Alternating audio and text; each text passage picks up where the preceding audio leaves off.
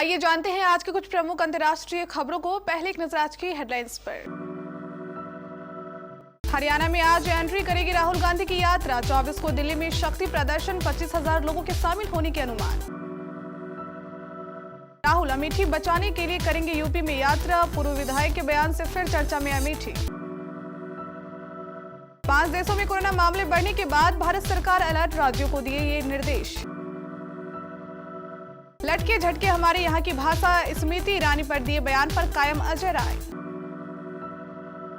Sir तन से जुदा की, प्रैक्टिस की, फिर काट डाला। उमेश के 16 साल पुराने दोस्त यूसुफ ने ही मैसेज किया, सजा मिले।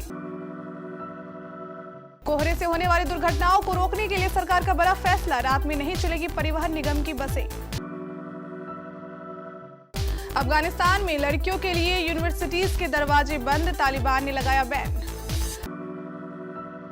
मलाइका ने उड़ाया बहन अमृता का मजाक, टॉक शो में हुआ दोनों का झगड़ा, नाराज अमृता बोली तुमने मेरी भावनाओं की परवाह नहीं की। और अर्जेंटीना में जीत का जश्न, सड़कों पर उमड़ा जनसैलाब, देखें वीडियो। कांग्रेस सांसद राहुल गांधी अपनी भारत जोड़ो यात्रा लेकर 21 दिसंबर को हरियाणा में प्रवेश करेंगे। यहां 3 दिन चलने के बाद यात्रा 24 दिसंबर को दिल्ली में प्रवेश करेगी। यहां कांग्रेस अपनी ताकत दिखाएगी। इसके लिए पार्टी ने अपने सभी मुख्यमंत्रियों, सांसदों, पीसीसी, सीएलपी विधायकों और अन्य शीर्ष नेताओं को 24 दिसंबर के लिए दिल्ली बुलाया है। वहीं इससे पहले 21 दिसंबर को सोनिया गांधी की अध्यक्षता में कांग्रेस संसदीय दल की दिल्ली में बैठक होगी। सूत्रों के मुताबिक इस बैठक में भारत जोड़ो यात्रा और इस पर आई प्रतिक्रिया पर भी चर्चा होगी।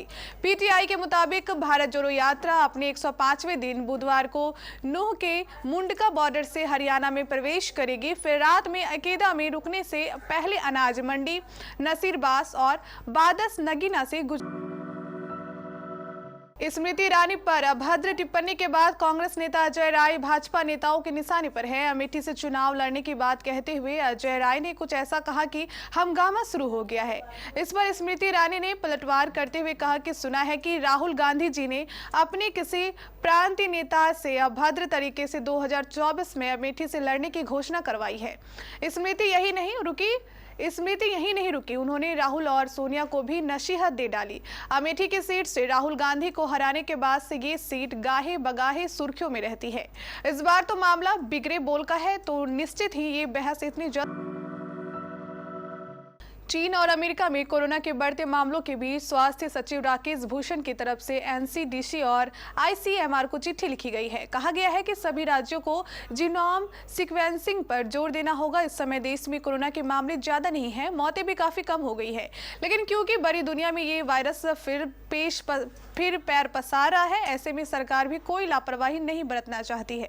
इसी वजह से स्वास्थ्य सचिव राजेश भूषण की तरफ से एनसीडीसी और आईसीएमआर को चिट्ठी लिखी गई है। इस चिट्ठी में उन्होंने कहा है कि अगर कोरोना के नए वेरिएंट की समय रहते पहचान करनी है, इसके लिए जीनोम सीक्वेंसिंग जरूरी है। राज्य को भी निर्देश दिया गया है कि वे जीनोम सीक्वेंसिंग के लिए सैंपल भेजें। कांग्रेस इन दिनों यूपी में भी भारत जोड़ो यात्रा लेकर निकली हुई है। पूर्वी उत्तर प्रदेश में इसका नेतृत्व प्रांतीय अध्यक्ष अजय राय कर रहे हैं।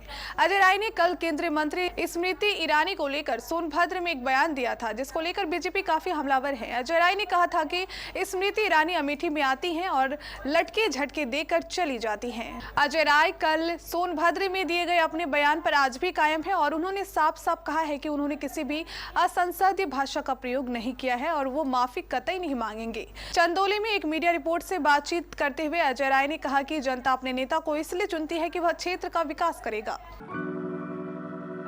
महाराष्ट्र के अमरावती में 21 जून 2022 की रात मेडिकल शॉप चलाने वाले उमेश कोल्हे के बीच सड़क पर गला काटकर हत्या कर दी गई। 54 साल के उमेश की न किसी से दुश्मनी थी न रंजिश। ये वो वक्त था जब बीजेपी की प्रवक्ता नुपुर शर्मा के पैगंबर मोहम्मद पर टिप्पणी को लेकर बवाल चल रहा था। छानबीन में सामने आया कि उमेश कोल्हे ने भी नुपुर के समर्थन में दोस्तों के एक व्हाट्सएप ग्रुप में पोस्ट सेंड कर दी थी। यही से तार जुड़ते गए। पुलिस ने जांच शुरू की, जो एटीएस से होते हुए एनआईए के पास आई। जांच में सामने आया कि उमेश के 16 साल पुराने डॉक्टर दोस्त यूसुफ ने भी 10 और लोगों के साथ मिलकर इस कत्ल की साजिश रची थी।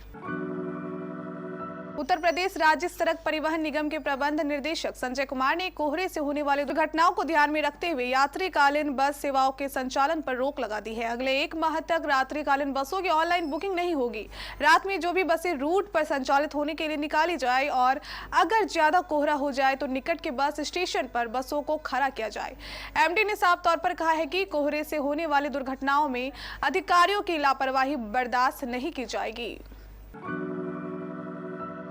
पाकिस्तान के पूर्व प्रधानमंत्री इमरान खान एक ऑडियो क्लिप के वायरल होने के बाद एक और विवाद में फंस गए हैं, जिसमें कथित तौर पर वह एक महिला के साथ फोन पर अश्लील बातें कर रहे हैं। हालांकि ऑडियो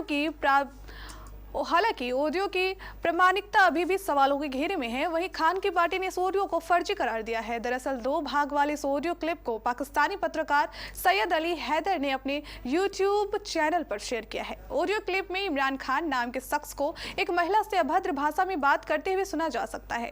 कुछ पाकिस्तानी न्यूज पोर्टल ने दावा किया है कि लिखा हुआ ऑडियो पाकिस्तान PMO का है। कुछ पाकिस्तानी पत्रकारों ने दावा किया है कि ऑडियो में आवाज वास्तव में इमरान खान की ही है। अफगानिस्तान में तालिबान ने महिलाओं के खिलाफ सख्त आदेश जारी किया है, जिसके मुताबिक अफगान में महिलाओं के लिए यूनिवर्सिटी बंद करने की घोषणा की गई है। उच्च शिक्षा मंत्री के एक पत्र के अनुसार तालिबान ने अफगानिस्तान में युवती और महिलाओं के लिए संचालित यूनिवर्सिटीज को बंद करने की घोषणा की है। मीडिया रिपोर्ट के मुताबिक अफगान के मंत्री का कहना है कि यह आदेश अगली सूचना तक लागू है और इसके तुरंत प्रभाव से लागू होने की उम्मीद है। तालिबान के नए आदेश के बाद देश भर में किसी भी युवती या महिला को यूनिवर्सिटी में एंट्री नहीं मिल सकेगी। 3 महीने पहले ही पूरे अफगानिस्तान में हजारों लड़कियों और महिलाओं ने विश्वविद्यालयों में आयोजित एडमिशन टेस्ट दिया था। बॉलीवुड एक्ट्रेस मलाइका अरोरा के talk show moving in with Malaika के हालिया एपिसोड में अपने बेटे अरहान और बहन अमृता को लंच के लिए बुलाया। इस दौरान शो में उनकी मां भी नजर आई। हालांकि शो में मलाइका की बहन अमृता उनसे नाराज दिखाई दी। दरअसल कुछ दिन पहले मलाइका ने शो में स्टैंड अप कॉमेडी की थी। इस दौरान उन्होंने अपनी बहन को खूब रोस्ट किया था, लेकिन मलाइका का ये जोक अमृता को अच्छा नहीं लगा। अमृता ने मलाइका से कहा, मैंने उस दिन तुमसे कुछ नहीं कहा, लेकिन तुम्हें मेरा मजाक उड़ाने से पहले सोचना चाहिए था।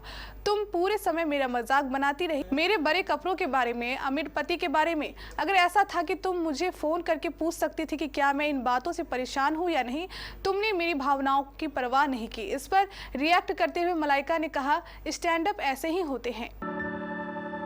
फीफा वर्ल्ड कप 2022 के फाइनल में फ्रांस को शिकस्त देकर अर्जेंटीना ने ट्रॉफी पर कब्जा जमा लिया। 36 साल बाद वर्ल्ड कप पर कब्जा जमाने के बाद अर्जेंटीना की टीम घर पहुंच चुकी है। इस जीत के बाद से ही अर्जेंटीना में जश्न का माहौल है। सड़कें अर्जेंटीना के ब्लू कलर से रंगी है और जन सैलाब उमड़ पड़ा है। हो भी क्यों ना, आखिरकार मेसी के साथ करोड़ों लोगों का सपना जो पूरा हुआ है। दरअसल पिछले कुछ समय से अर्जेंटीना आर्थिक संकट से भी जूझ रहा था। ऐसे में दुनिया की सबसे बड़ी फुटबॉल प्रतियोगिता में अर्जेंटीना की ऐतिहासिक जीत के बाद लोगों को जश्न मनाने का मौका मिला।